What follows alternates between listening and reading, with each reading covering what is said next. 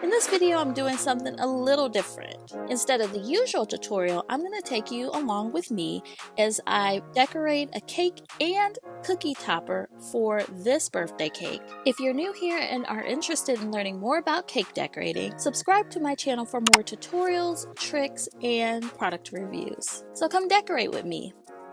First, I use Canva. I love Canva. I use Canva quite a bit. As you can see, they have tons of templates. So I start with a blank flyer to create the graphic for the final cake topper. Okay, so my son requested a Deadpool themed birthday cake, and in order to not duplicate a design I had done previously, I needed to get a little creative. So to start, I grabbed this graphic that I found online, and in addition to that, I want to add some text, specifically the number 6. So here I've taken my number 6 and just kind of playing around with some different fonts. I found this one that I really like. It almost matches up with the eyes a bit.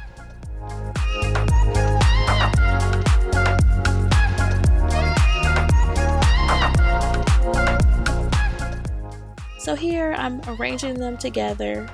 I also like to group them and shift them too. And I usually download as a PDF. It makes it a lot easier to print.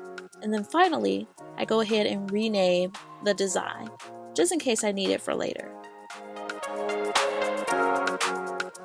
So here I've made 2 prints. And I'm going to take some parchment paper and trace over the design with my trusty edible marker here. So when you do something like this, it does not necessarily need to be perfect.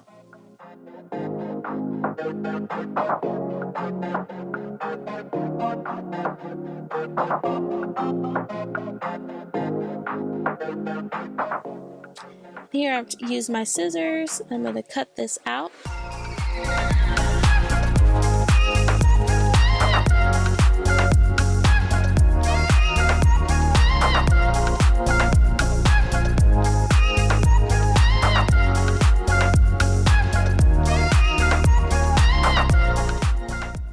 You can see comparison, pretty dead on, right? So when I go to cut my cookie dough, I'm actually going to flip the parchment paper over before I cut my cookie. And I'll explain why later. So I'm going to go ahead and roll out my dough with this fantastic rolling pin, which is set to roll my cookie dough out at a 1/4 inch thickness. So now that my cookie dough is rolled, I have taken my piece of parchment and cut my cookie dough. And you can see here that it's nice and thick, and the edges are a little rough, so what I do is just kind of lightly touch with my finger, and what that does is helps to reduce the jagged edges. This cookie dough has been chilled.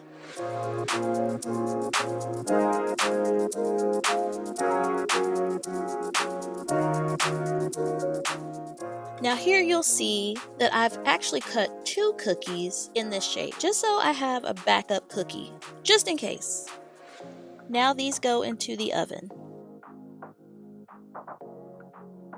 So here the cookies are nice and baked, but you see that they're very bubbly. So I like to use a fondant smoother to actually smooth out the top of my cookies. And that gets all of those bubbles out of there. And keep in mind, I just took these cookies out of the oven, so the pan is still very hot. The cookies are very warm. So you just have to be careful if this is something that you're doing. You'll also notice too that I take the fondant smoother over both of the cookies at once. You can kind of see it when I go back and forth between cookies. But again, that creates this nice, beautiful, smooth surface. Much better. So now we're going to work with our cakes. I've taken them out of the oven. They've been inverted and allowed to cool outside of the pan. So if you're enjoying the video so far, go ahead and give it a like below right now.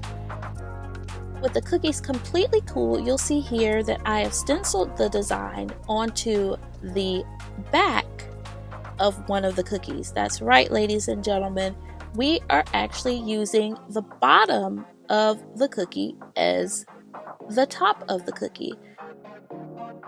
And here I'm starting to fill the cookie in with my black royal icing. I outline the cookie and then I go back and flood the cookie, and what I like to do is immediately use a scribe to smooth out the royal icing. And I apologize, you guys, my hand is in the way. So here I repeat the same steps. And I'm actually taking a slightly lighter icing and doing a wet on wet technique onto the royal icing.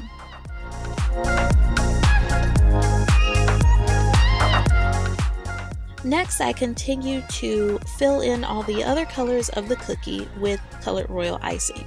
Here's what the cookie looks like before I go in and hand draw any details with edible marker. Parts of the design have some really fine details, and I've chosen to add those details with my edible marker instead of using the royal icing. Now back to the cake. Here I have my American buttercream and it's been colored black. So these cakes have been kept at room temperature, but to keep them from drying out, they've been wrapped in plastic wrap.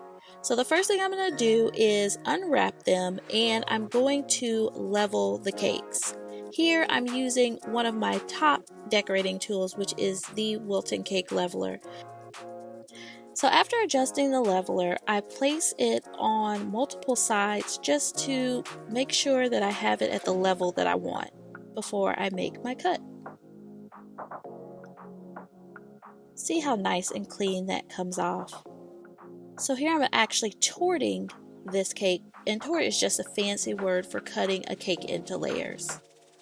So I have two cakes here. Both of them are 6-inch diameter cakes. However, this first cake has been baked in a 3-inch high pan, and the second cake has been baked in a 2-inch high pan. And once that is complete, I keep my leveler adjust to the same level and level the top of my other cake.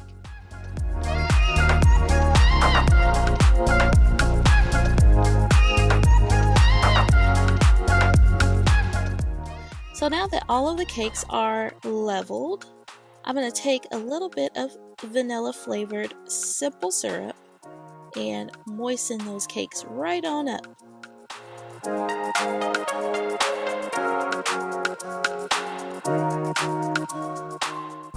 And here the cakes have been layered together, and I've put my first layer of buttercream icing on my cake.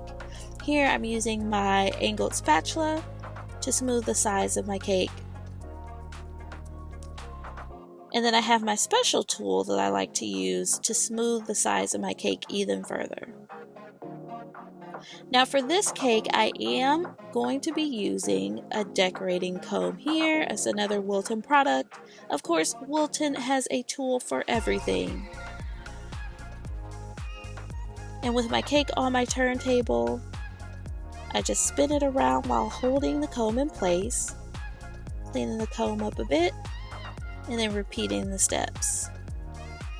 At this point, I'm pretty sure everyone has seen the really cute striped buttercream cakes. And this technique is achieved by applying your icing in the color that you want, and then using the decorating comb to create voids. And later, I'm going to fill these voids.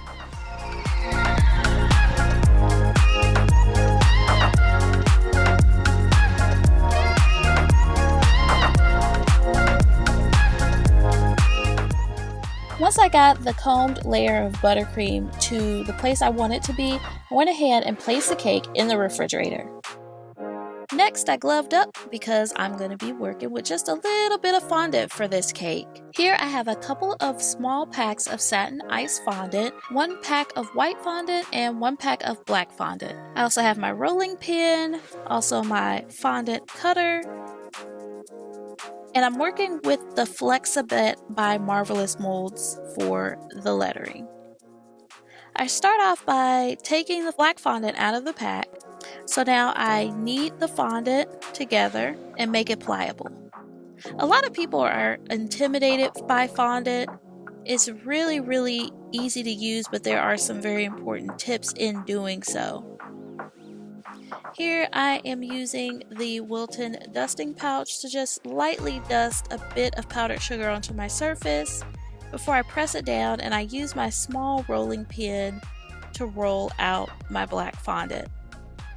Now when you're working with the Flexibet, you have to make sure that you roll your fondant very thin. I like to get my fondant nice and thin by rolling from the center and out, and then also toward myself as well.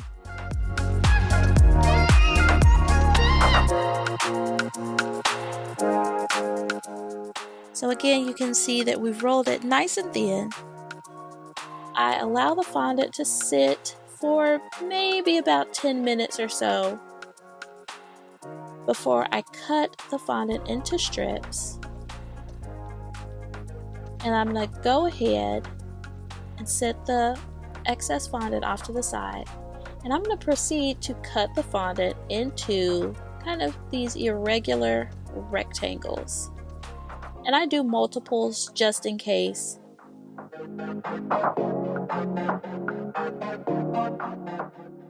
When you work with the Flexibet, you want the fondant again to be very thin, and you want it to be slightly hardened, not completely hard, but slightly hardened. I'm working with the Marvelous Molds Action Comic Small Flexibet.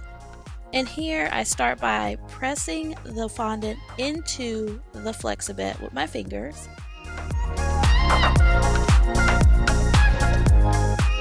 And then I take my fondant smoother, and again I just start to rub the fondant into the Flexibet. Press down with my finger and repeat the steps. And by using the fondant smoother, what you're trying to do is get the excess fondant away from the mold.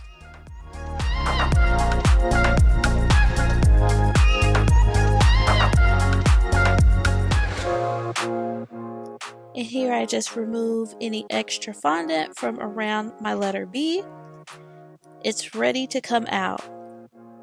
So I gently coax it out with my finger while really kind of flexing on the Flexibet.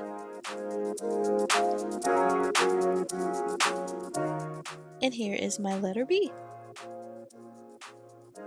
So I repeat the same steps with the remaining letters.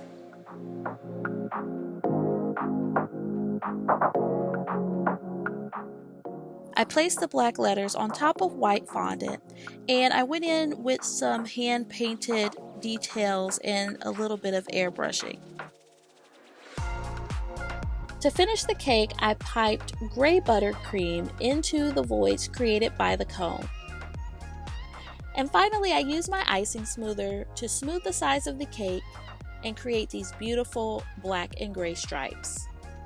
So now to finish off our cookie, and we do this by adding a wooden dowel to the back. I position the dowel where I want it to go, and I use a paper towel to keep the dowel lifted. Finally, I go ahead and take some red candy melt in a piping bag, and the candy melt acts as glue to keep it all together. Just to make it look a little more finished, I take an offset spatula, smooth out the candy melt a bit so the back looks a little more finished. And so I give this a little time to harden before placing it onto my cake. And here is the finished cake. So if you enjoyed this video, definitely hit that like button below.